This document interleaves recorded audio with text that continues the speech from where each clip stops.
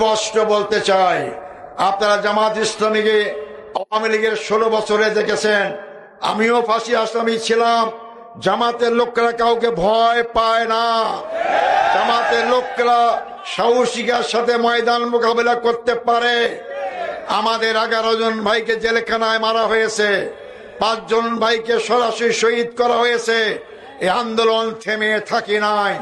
এই আন্দোলন 2টা আসন থেকে আজকে ভোট চুরির পরেও আমরা 68টা আসনে বিপুল ভোটের ব্যবধানে জয়লাভ করেছি। তার মানে আমাদের আন্দোলনকে দেশের জনগণ সমর্থন করেছে।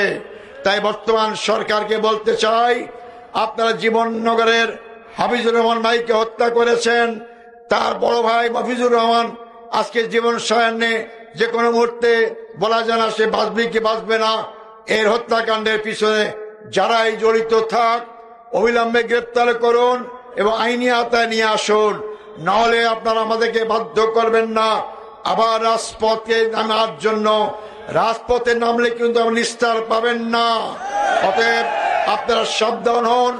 আমরা আমাদের বিরোধী দলের নেতা জামাত ইসলামীর আমির ডাক্তার শফিকুর রহমান বলেছেন, নির্বাচন মেনে নেওয়ার সাথে সাথে আমরা অতীতের মতো বিরোধী দলের ভূমিকা পালন করব না।